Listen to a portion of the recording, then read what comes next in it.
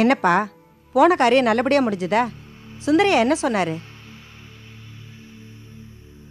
என்னடா மாணிக்கம், 2 பேரும் அமைதியா இருக்கீங்க? என்னதான் சொன்னாரு? சுந்தரையா எல்லாத்துக்கும் ஒத்துக்கிட்டாருமா. ஆனா வெண்ணெய் திரண்டு வரும்போது தாழி உடைஞ்ச மாதிரி இந்த ரத்னசாமி நடுவுல புகுந்து எல்லாத்தையும் கெடுத்துட்டான். அந்த ஆளா?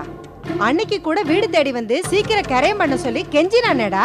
ஆமாமா, இங்க வந்து கெஞ்சுன்னு கெஞ்சினான். ஆனா பழைய முதலாளி சிவசாமியோட பையன் ரமேஷ் இல்ல, அவன் எப்படியோ மோப்பம் பிடிச்சி இவனை கூட்டிட்டு போய் கவுத்துட்டான். இப்ப ரத்னசாமி கடைய ரமேஷுக்கு தான் விற்க போறானா.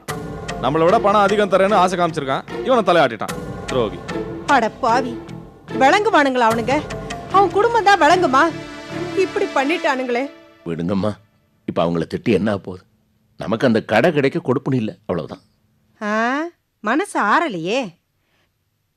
ஏண்டா மாணிக்கம், நாம அந்த கடையை வாங்குற விஷயம் எப்படிடா சிவசாமி வீட்டுக்கு தெரிஞ்சது?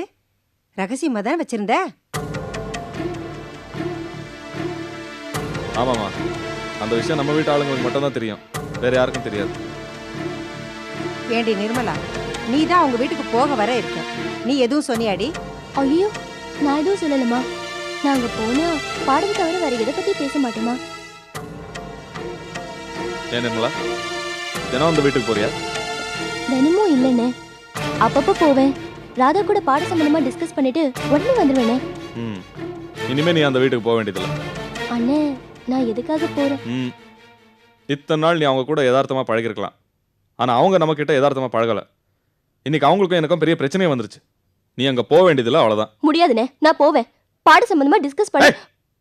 பதில் பேசிக்கிட்டு சொல்றேன், எனக்கும் அவங்களுக்கும் பிரச்சனை, விட்டா கை கழுவ இருக்கும் போயிருக்கோன்னு. எனக்கு பகை இருக்கிற வீட்டுல உனக்கு என்ன பழக்க வேண்டியிருக்கு? மரியாதையா சொன்னதை கேட்கணும், அவ்வளவுதான். பதில் பேசின பல்ல கழட்டிடுவேன். சரிடா சரி, அவளை ஏன் திட்டுற?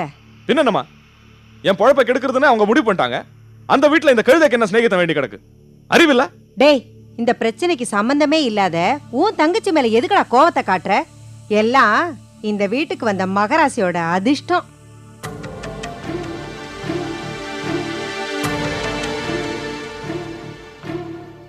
அதான்டா உன்னை போட்டு இந்த பாடு படுத்துது.